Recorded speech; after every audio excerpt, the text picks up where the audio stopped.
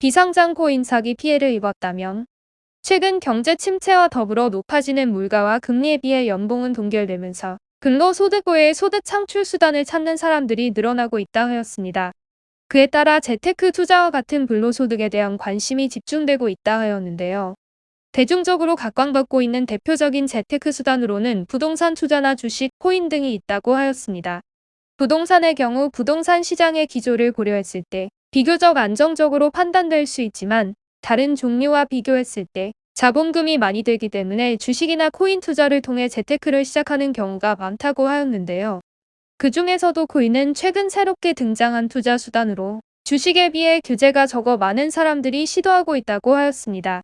주식은 비교적 오랫동안 유지되어 온 자산 투자 시장으로서 안정적인 운영을 위해 상한가나 하한가 등의 제한이 있어 수익을 극대화하는 데 다소 까다로울 수 있다고 하였습니다.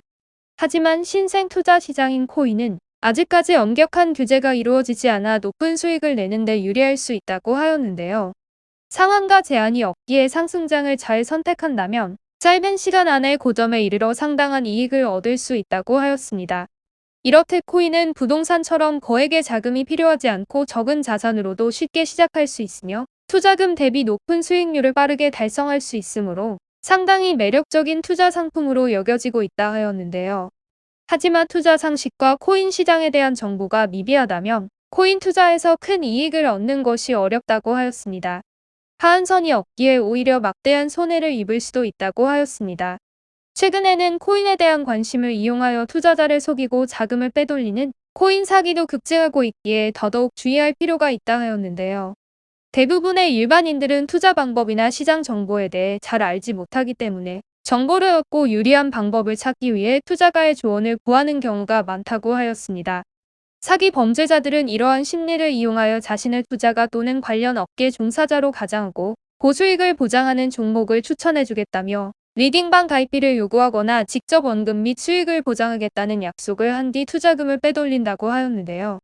최근에는 시장에 상장되지 않은 코인을 이용한 비상장 코인 사기, 수법이 새롭게 유행하고 있어 문제가 되고 있다 하였습니다. 아직 시장의 가치 평가가 이루어지지 않았지만 잠재 가치가 매우 높아 향후 상장될 경우 상당한 고점에 이르게 될 것이라는 논리로 투자를 종용한다고 하였는데요.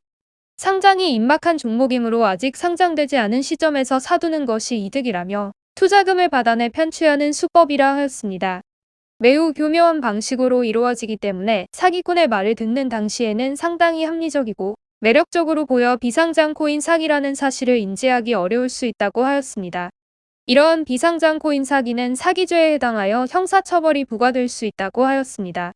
사기죄는 타인을 기망하여 금전적인 이득을 얻음으로써 성립하는 죄목이라 하였는데요. 피해자에게 허위사실 또는 과장된 사실을 언급해 착오를 일으키는 기망행위를 통해 피해자로 하여금 자신이나 제3자에게 재물을 교부하게 하였다면 사기죄가 성립하게 된다고 하였습니다. 10년 이하 징역형이나 2천만 원 이하의 벌금형에 처해진다고 하였는데요. 또한 비상장 코인 사기의 경우 단순한 재산 범죄에 그치지 않고 불법적으로 금융업을 표방한 금융범죄로 간주되기에 사기죄 이외의 죄목으로 무거운 처벌이 가중될 수 있다고 하였습니다. 허가를 받지 않은 자가 불특정 다수로부터 자금을 전달받고 관리하는 일을 업으로 행한다면 유사수신죄에 해당하여 5년 이하의 유기징역형이나 5천만 원 이하의 벌금형에 처해진다고 하였습니다. 즉 사기범이 투자업에 종사하는 사람으로 자신을 가장하여 접근했다면 해당 혐의로 처벌이 가능하다고 하였죠. 적극적으로 투자를 권유하지 않았더라도 타인에게 광고하여 전파하는 경우에도 2년 이하의 징역형이나 2천만 원 이하의 벌금형에 처해질 수 있다고 하였습니다. 또한 이러한 사기 행각을 통해 피해자로부터 얻은 범죄 이득액에 따라 가중처벌이 가능하다고 하였는데요. 특정 경제범죄, 가중처벌 등에 관한 법률에 따르면 범죄 이득액이 5억 원 이상 50억 원 미만인 경우 최소 3년 이상의 유기징역으로 가중처벌을 받게 된다고 하였습니다.